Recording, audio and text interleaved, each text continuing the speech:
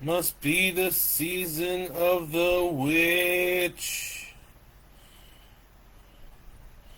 Must be the season of the... What, are we live? Hey, we are live. What's going on, everybody? Are we here? And then the screen goes blank. That's not cool. Ding, ding, ding, doo, doo, doo, doo. Must be the season of witch. Good evening, Kevin. Ready to be scared out of your pantaloons, buddy? I sure hope so. I sure as heck hope so. So tonight we're dealing with witches, don't you know?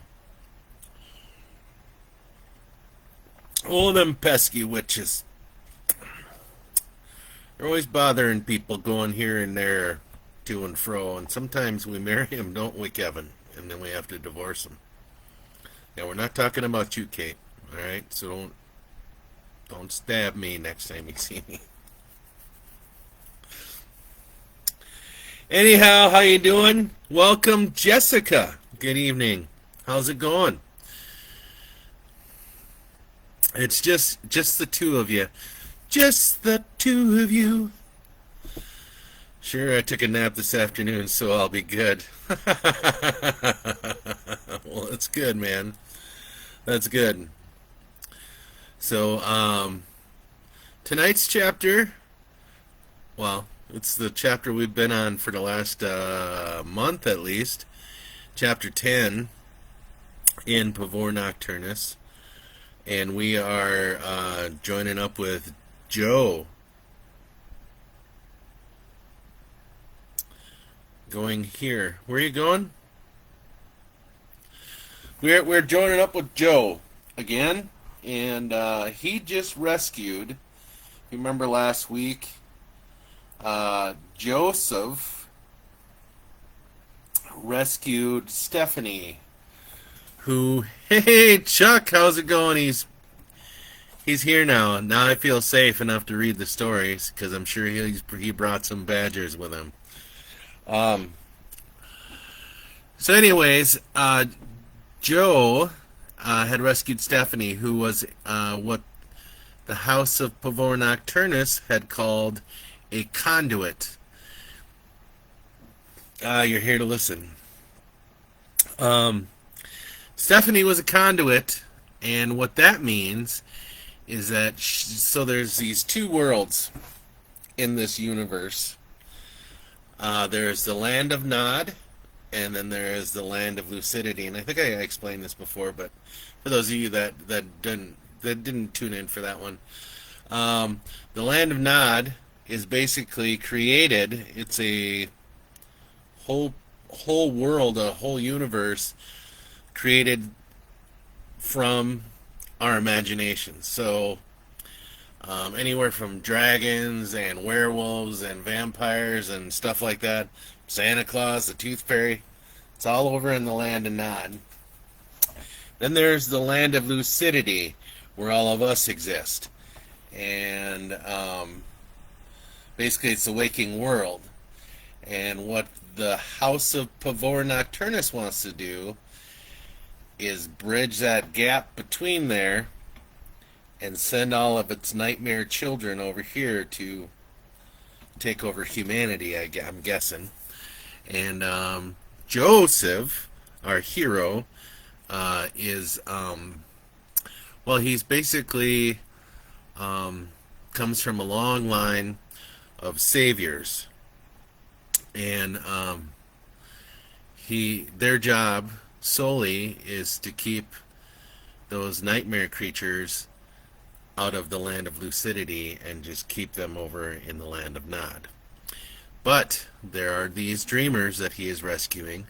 Hey Beth, welcome, welcome. There are these dreamers that he is tasked with rescuing because the house is feeding on their nightmares, so it's trying to keep them in their nightmares in a loop. And I guess when I got the prompts from everybody, that sent me prompts to write stories for this book. Um, the the common theme was that these nightmares were kind of looped, and they kept going through them over and over again. Um, so I thought, okay, so there's this house. It's like a haunted house, and it's alive, and it keeps these people in their nightmares. And so they keep going through their nightmares over and over, kind of like hell, and it feeds off of that energy of their nightmares. So the house is now aware of Joe, and it's not particularly fond of him because he's rescued four dreamers so far. Well, three dreamers, and one of them was Steph, who was a conduit, a bridge builder between land of Nod and the land of Lucidity. So it's pretty pissed off about it, and the house is going to try to trap our hero Joseph, and hopefully that doesn't happen. But gotta have drama, right? Otherwise, why would you guys even be here listening to this? Or why would you buy my books if you didn't like a little bit of drama or horror? So, and Beth, I hope you don't mind me mentioning this. Um, as we've talked about on Tunes on Tuesday at one point, there are some noises going on at the shop, at the store at Winthrop Merc. And there were some otherworldly things happening before. One with a typewriter that they had asked me to come out and clean the place or sage it, and so I went out there and I saged the store. Well, with the bringing of new antiques and people bringing stuff and them taking stuff out of storage and putting it on the shelves, tends to shake things up, and there's new stuff that comes in, and new energies that come in, and it's this time around it's been a little loud, and it's been a little scary, and it's been pretty blatant, like that blatant. So I was going to do that tonight for them, but I have not slept very well for the last couple of nights. And I want to be alert from when I do it, because I don't know what I'm running into. Last night was there was some stuff last night, so yeah, just don't think I have the energy tonight to deal with it, and I'd rather be good to go when I go. So anyhow, with that being said, I did, yeah, we'll talk about that after the story. In the meantime, I hope you got your drink. I am drinking this drink, and I'm not going to show you the whole name on there, because if they want me to, send me some money, Snapple. Anyhow, so yeah, I got my drink ready. I got my popcorn ready. And so I am ready. The story's ready. I hope you guys are all ready. Spirits, yeah. Yeah, I don't know what's there. But it's making it's making Beth nervous. It's making Kenny even had mentioned some stuff. So yeah, we got to take care of that. And I think the Paulsons are going to put me on retainer. So I don't know if you're watching, Bobby, or not, but mahalo, brother. So that being said, I think we got most of the crew here, and I think we ought to get started.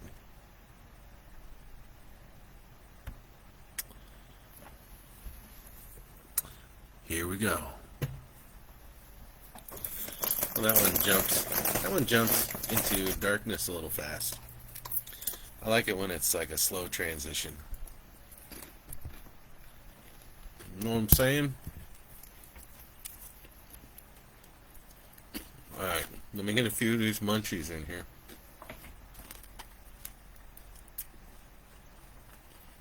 I do as well, Jessica. I mean, I believe in the concept that there are explanations for everything.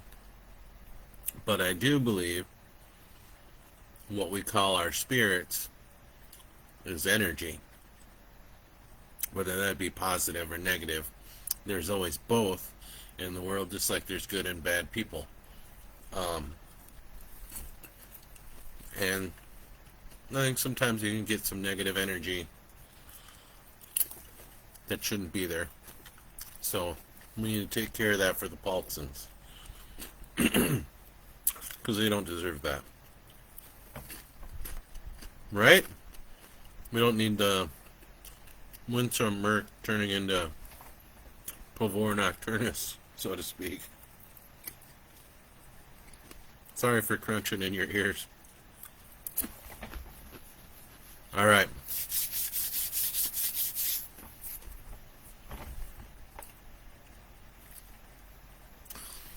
Pavor Nocturnus, Chapter 10. I think a chunk of popcorn just fell out of my mouth. Sorry about that. Hey, Bobby. Good to see you, buddy. I hope you guys don't mind me talking about that.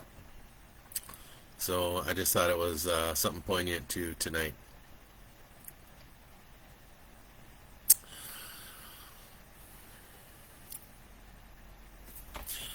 The House of Night Terrors almost had this so-called savior. It tasted him and grew from his nectar. But this time, not only had he freed one of its lambs, but he also freed the conduit of all lambs. She was a direct connection to the land of lucidity. A bridge to send forth its progeny. And she was gone. It had tasted his power. Oh, how it had tasted his power. Like milk and honey. Did he know how much raw energy crackled through him? Perhaps not. He was just another dreamer, wasn't he? Blindly walking through the darkest domain of Nod, not knowing what a morsel, dare say banquet, of delectable delights he carried around. It would have him. He will replace the conduit he robbed from it. He will spend an infinity of agony feeding it and its children. Yes, oh yes. The house rumbled with anticipation.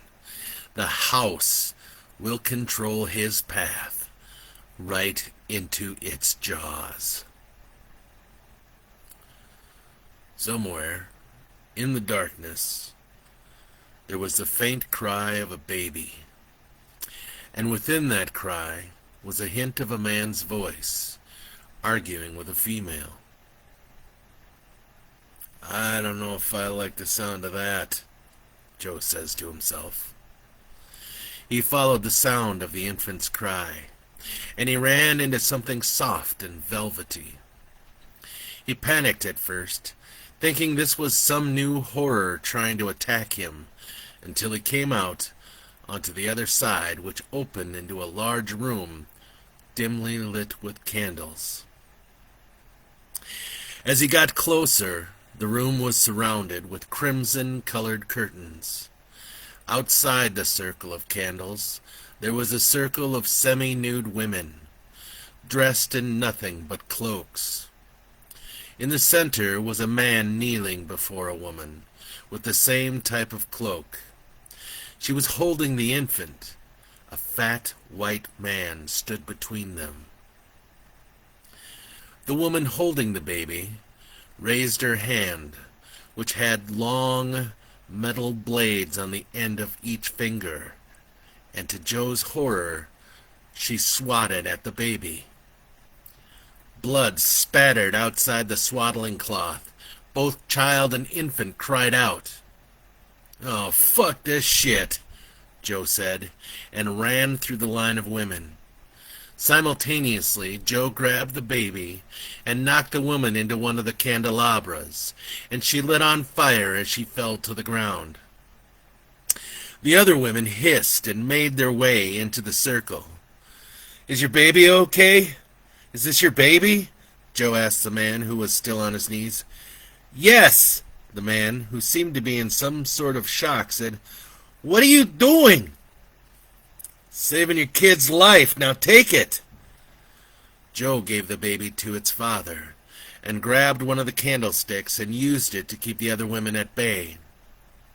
"Is there a way out of here?" Joe asked. "There's no way out of here, Joe." Oh, sorry, wrong person.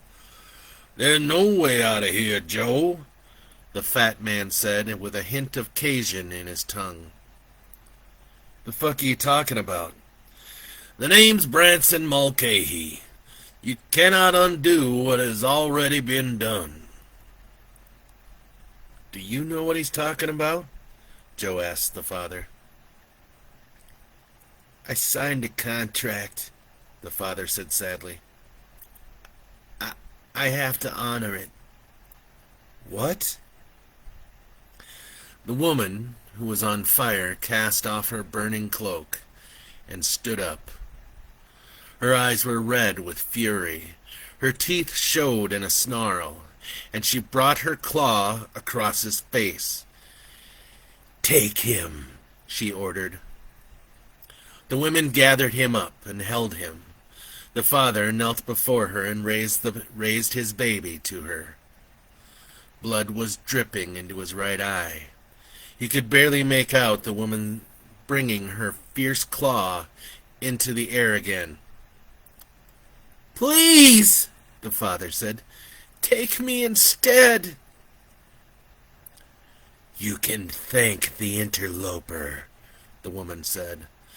"I have bargained with you before, but because of this insolence, you forfeit the life of your child."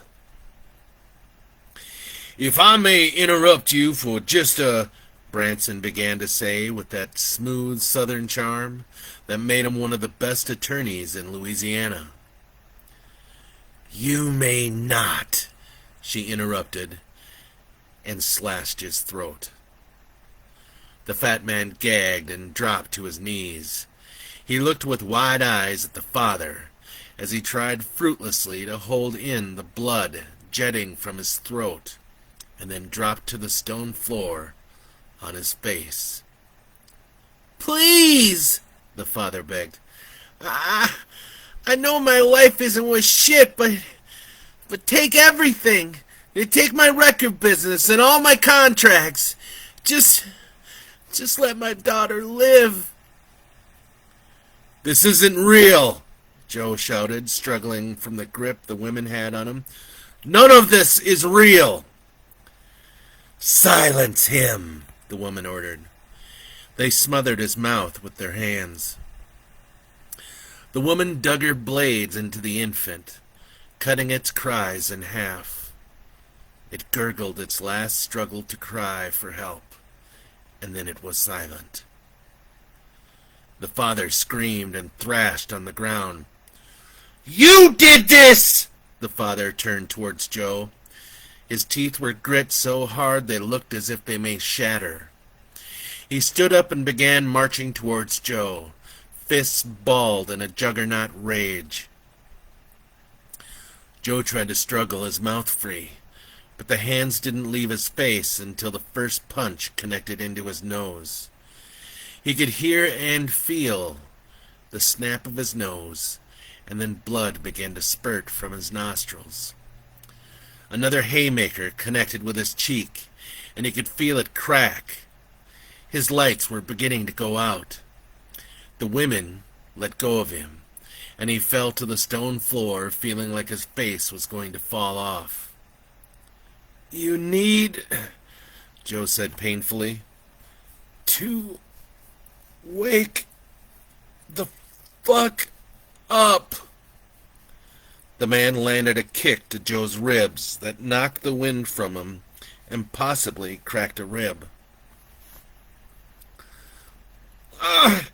"Listen to me, please." "Shut the fuck up, you interfering piece of shit," the man said, landing another kick. "None of this." Joe coughed a wad of blood onto the floor. "Is real. You must wake up." The man put all his anger and strength into his final blow. It connected with Joe's head, and then there was blackness. Look at all you guys getting along up there.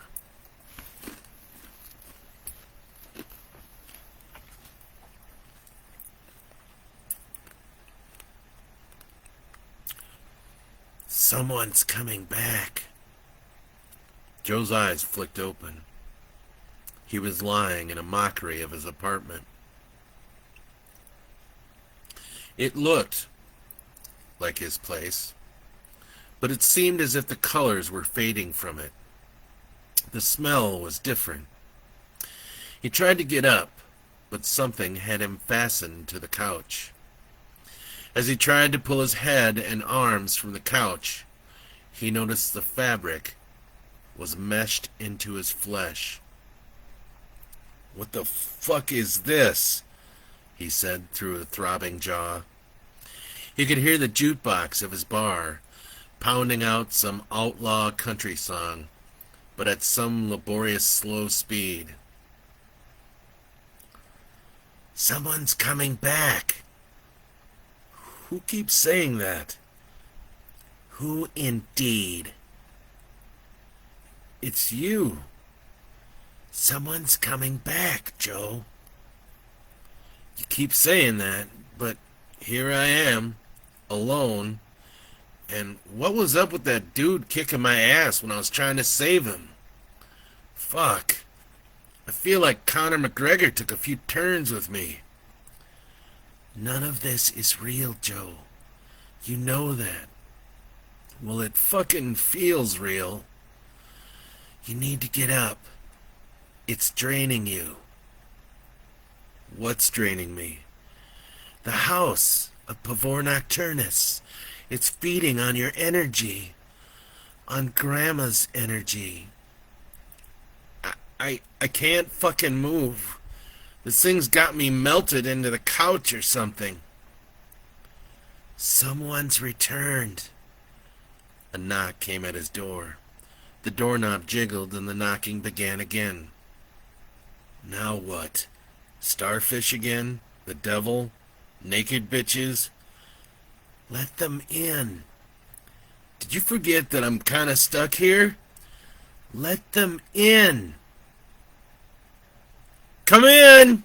Joe shouted from the couch.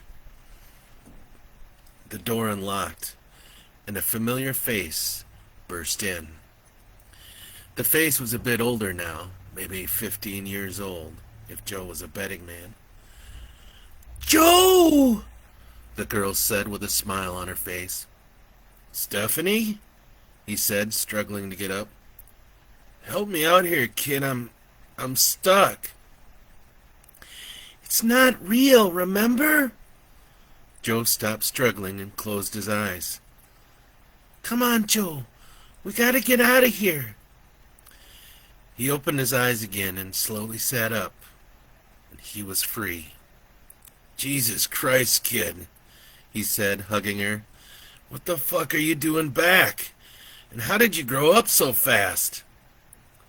When I woke up out of my coma, I was 14. Stephanie's face filled with sadness. Turns out my dad died while I was out. I got upset, and then they hit me with a sedative. How the hell did you find me? I don't know. It was dark at first, and then it got brighter, and I was sitting on one of the bar stools downstairs. You didn't bring any of those starfish with you, did you? No. Listen, we gotta hurry. I don't know how long I can stay here. You shouldn't be here at all. You should be awake in your own life, not here. It's far too dangerous for you here. Evidently, someone needed to come save you. Yeah. Thanks, kid. Joe stood up and immediately fell back to the ground. His nose and his ribs were still broken. He moaned and gripped his midsection. Shit, he said, feeling his nose. I'm still broken. I'm not going to be much good like this. Didn't you tell me, she said, that nothing is real here?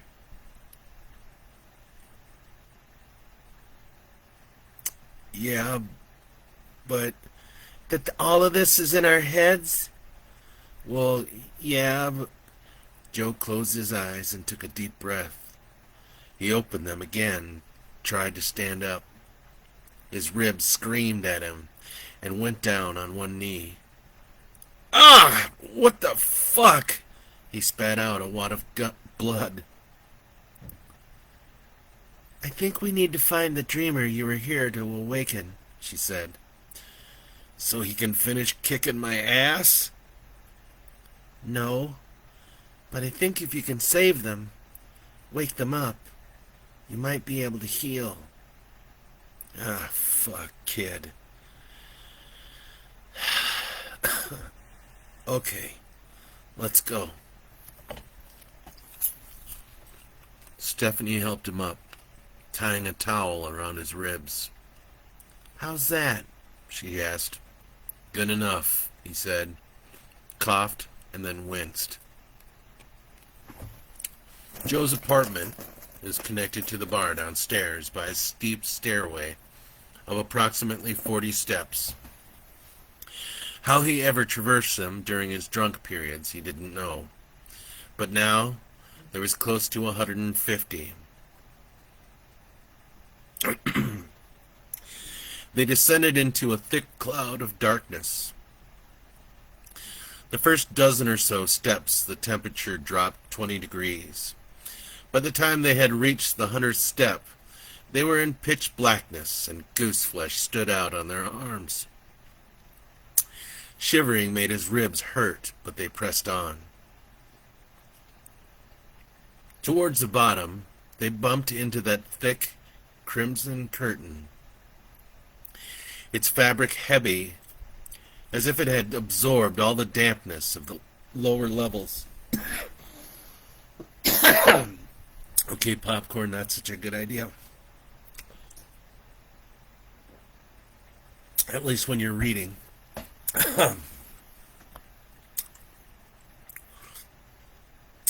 When they got through the curtain, they were in a small shop. The man, who had kicked Joe around, was standing before the same woman who was cutting up his baby. He looked younger, and his clothing was more street. He had long hair with a bolero hat atop his black mane. The woman looked like your stereotypical psychic, draped in multicolored scarves as if she were trying her hardest to look like Stevie Nicks. Between them was an 11-by-7 sheet of paper. The woman held a pin over his open hand. "Stop!" Joe said. The man turned without dropping his hand. The woman glared at him, eyes with a faint glow of red. "Bro," the man said, "you look like shit. Step away from that woman." "You have the nerve to come in here With her? The woman said, glaring at Stephanie. You know these people? The man asked the woman. Never mind them. She grabbed his still outstretched hand. Give me your finger. Hey, let go! The woman had an iron grip, and she drew back the pin, ready to jab it into his finger. Stephanie looked around for something to throw, and found a small human skull carved out of a chunk of obsidian. It sailed through the air and struck the woman in the forehead. She cried out, falling backwards into the curtains behind her. That was a little harsh, the man said to Stephanie. Joe grabbed the man by the arm and pulled him away from the woman on the ground. Nice shot, kid, Joe said. Now let's get him out of here. I'm not fucking going nowhere, the man protested. I don't even know who the fuck you are. Look, dude, I'm in no shape to fight about this right now, and I won't be able to fight her when she gets back up. I'll explain everything when we get out of here, okay? Joe, Stephanie said, sounding alarmed. She's getting back up. They tried to exit through the door, but it was somehow locked, as if it were part of the wall. Joe searched the curtains to find the way they came in, but it was just a solid wall behind them. I have had enough of this interference, the woman said, getting up. The scarves flapping in the winds that seemed to blow from nowhere. Her eyes were blazing red now, smoldering with bright molten light. Madame Felba? The man said, with eyes wide. What the hell is going on? Silence, Alexander Profetti, she spat. I'll deal with you in a moment.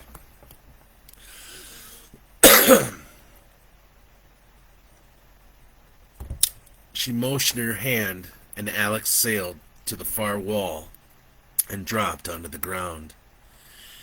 As for you, she said to Joe and Stephanie, you haven't the strength to fight me.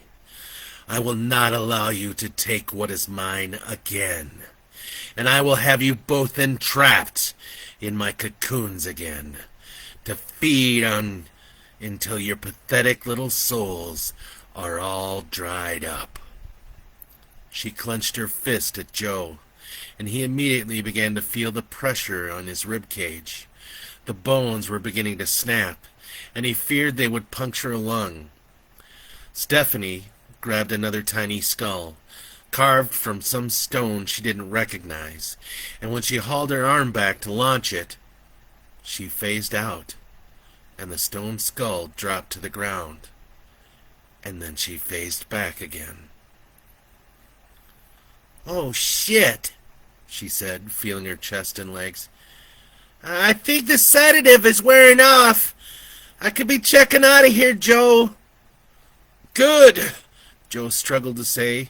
He felt as if he were trapped in the coils of a constrictor. Every breath he let out, he could not refill his lungs. You need to get out of here, kid. I'm staying as long as I can. She turned to Alex on the floor. Get up! Can't you see that this isn't real? She's not a Felba. She's something else. She's trying to trick you. Not real? Alex said groggily. No! This thing is trying to keep us all asleep so it can feed on our nightmares. You must wake up. She's telling the truth, Joe said, losing consciousness. I helped her wake up, and now I'm trying to help you. Falba squeezed her fist even tighter, and Joe cried out. You're not real, Alex shouted at her. You're a phony like everyone else in the business. A fucking fake. The witch felt Joe beginning to heal beneath her grasp. "Stop this!" she screamed. "I own you!" Alex picked up the skull Stephanie had dropped and chucked it in the woman's face. The thing that had taken the shape of Madame Ephelba screamed with rage as the skull ricocheted off her face, breaking open the facade and releasing the glamour that boiled inside of her. "No one owns me, bitch!" Alex shouted. "Just my wife." Warmth filled Joe's body, and he felt his bones move and mend within his chest. His nose cracked and corrected itself. A rope of blood dripped from his nostrils, and he felt his strength return. "Joe!" Stephanie reached for him. "I'm going. I'm sorry." She was flickering in and out. "It's okay, Steph," he said to her. "Thanks for having my back. I hope things improve for you out there." She began to say something, but vanished before a syllable could be heard. Dude?" Alex said, siding next to him. Before them, the Ephalba thing was shedding its mask, and long red wisps of tendrils began squirming from it, snapping at the air around them like whips. "I can help you," Joe said, "but you need to end this. This is your nightmare. You control this." The molten tendrils snaked their way into Alex's skin and began to burrow into him. He screeched out in pain.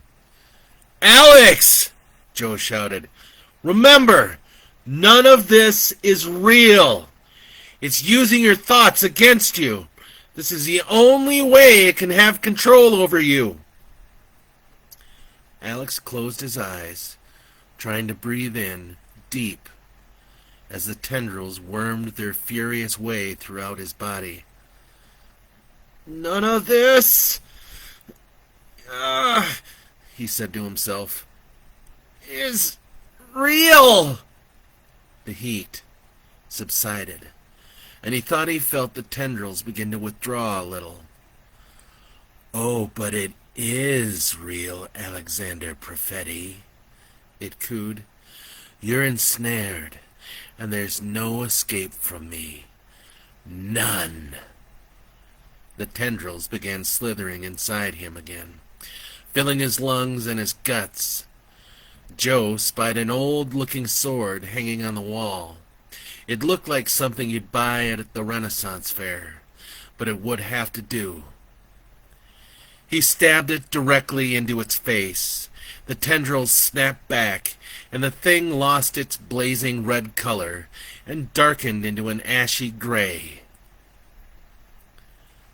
"Wake up, buddy," Joe said, slapping him on the back. "Just wake the fuck up." Alex turned towards him, and Joe smiled at him. "Dude, Joe rabbit punched him right in the face. "What the fuck?" Alex awoke with his fist swinging. He narrowly misses Amanda's face.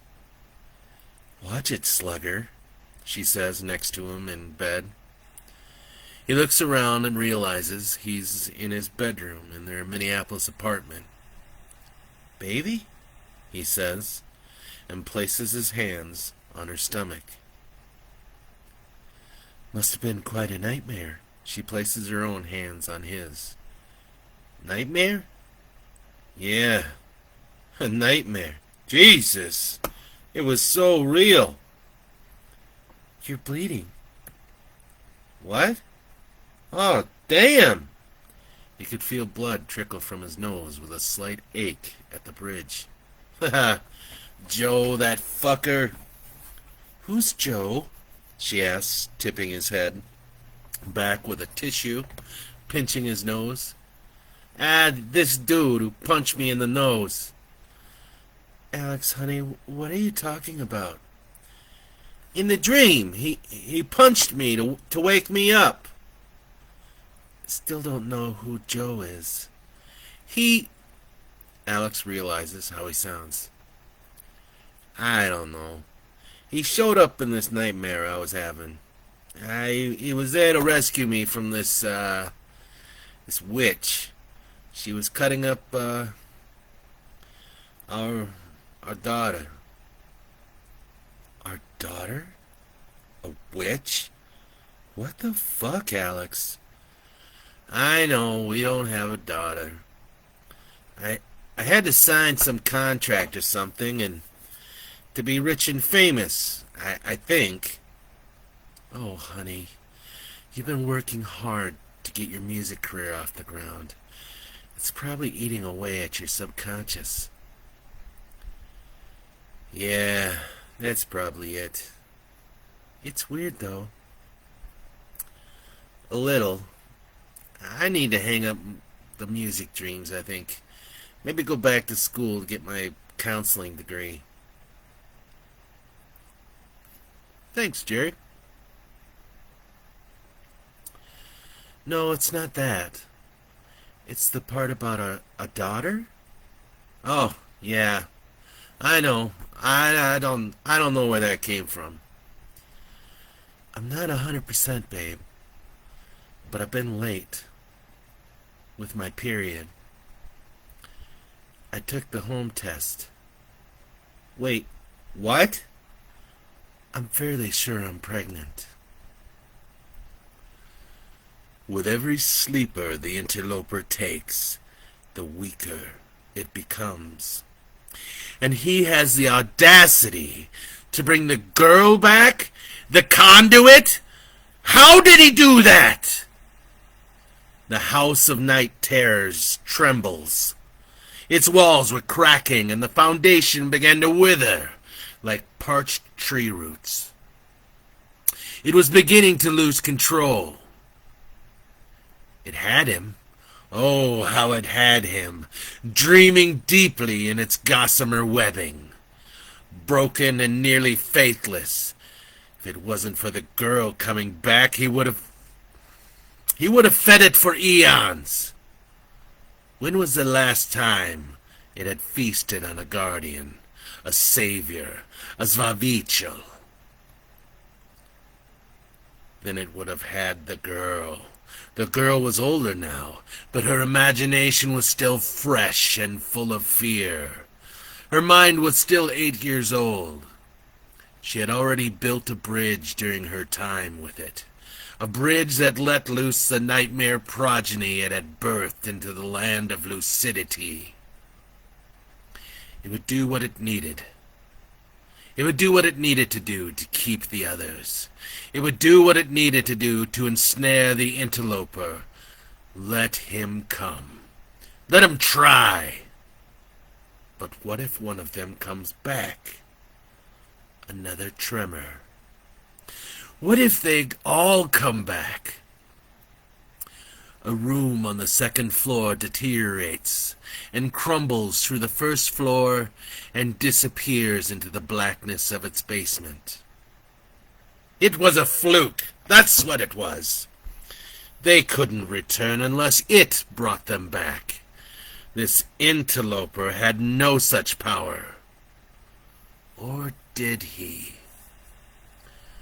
Doubt developed in the back of its consciousness, and floorboards began to ripple and weaken. Fuck, that felt good, Joe said, shaking the sting of his hand. That fucker deserved it, too. The storefront of Madame Ethelba LaRue had folded in on itself and became nothing but a crumbling wall of rotted wood. He was in a hallway again, and behind him came the glow of neon lights, buzzing and snapping with sparks. The sign, with some letters burned out, read Chuck E. Cheese Pizza Palace. And that, my friends, is the end of tonight's reading, part 4. So, I hope you guys enjoyed that one tonight. Thank you, Jerry, for joining us. I'm glad you enjoyed it as well, and thank you for the compliment. Yeah, this is this is kind of a nice story to visit. It's been a while since I've been in this book. So yeah, it was kind of fun to jump back into. But join me next week for part 5 of chapter 10. And Joe will be walking into something else. Well, damn. Thank you, Jessica. Thank you very much. You guys are very kind. Chuck, you have a good night as well, buddy. Thanks for tuning in. So next week we will be doing part 5 of chapter 10 from Pavor Nocturnus. If you guys are interested in the book, it is available on Amazon and other online bookstores. Also available in ebook format, Kindle, or you can also get it in paperback. And if you go to a brick and mortar store, you can order it from them as well. So, just so you know. If you want, I got links to all my books on this page. Keep in mind that Facebook deletes these live streams after 30 days. I do download these, and I put them on my YouTube page, so if you've missed any chapters and you want to jump in and get caught up, you can go on my YouTube page. The link for that is on here. If you're just joining us for the first time tonight, please like and subscribe. And it doesn't cost you money to do that, by the way, but it does help me out. I get to do more with the page if you do that. So, and bring your friends and family. They might not be your friends and family afterwards, but bring them, hey. Bring them on out. Listen. Hey, no worries. I like sharing my stuff with you guys because you guys appreciate it. I was going to say, so I've been wondering what to do after we are done reading this book. And because it's the last of my published works that I haven't read twice over already. And I don't want to rehash stuff. You know, maybe in a couple more years I'll reread the old stuff. But in the meantime, I thought I could read you guys chapters from one of my favorite horror books, Christmas Stories. Oh, Kevin. But I cannot do that. I looked it up online to see if it was legal. It is not legal. It's considered copyright infringement. So I'm not able to do that with you guys. Yeah, I thought maybe I could just do it live and just not save the videos and just let them disappear into obscurity. But yeah, I can't. I just can't do it. I could get sued, all kinds of stuff. And since I make $0 and 0 cents doing this, can't afford it. So yeah, I'm still trying to come up with some ideas. And maybe I'll have some time to write after I get through my EMT classes. I don't know. We'll see. Anyhow, Bobby, you need to write some Christmas stories and then start up your own little live stream, and you can read Christmas stories to Kevin. And you guys can live out your little Christmas fantasies or whatever. I will have a Christmas story this year for Christmas. And yes, it will be horror, but yeah, just not anytime soon. You have to wait till December, which actually is kind of around the corner a little bit. Anyhow, I'm going to let you guys go. Thank you very much again for coming out, as you guys always do, and supporting me, supporting the page. For those of you who are subscribing to my YouTube channel, thank you very much for that. I think I'm almost at 40 subscribers. I'm going viral, brah. I'm going to get one of those. I'm going to get a tinfoil YouTube plaque or something for that many subscribers. Anyhow, thank you guys very much. Please, again, come on out next week. There will be no tunes for Tuesday next week. There, yeah, there's just going to be horror hump days next week. Yeah, so there's that. Gonna take probably a week break on that, and then thanks, Beth. You have a great night as well. And then yeah, we're gonna figure something out. There's gonna be some kind of music stuff coming back. It'll be like tunes on Tuesday. Um, but yeah, I don't know if we'll be doing it on Tuesdays anymore. So that's what it is. Anyhow, thank you guys. Love you. Have a great night. Mwah. Peace and a bottle of hair grease. I am not a crook. Bye.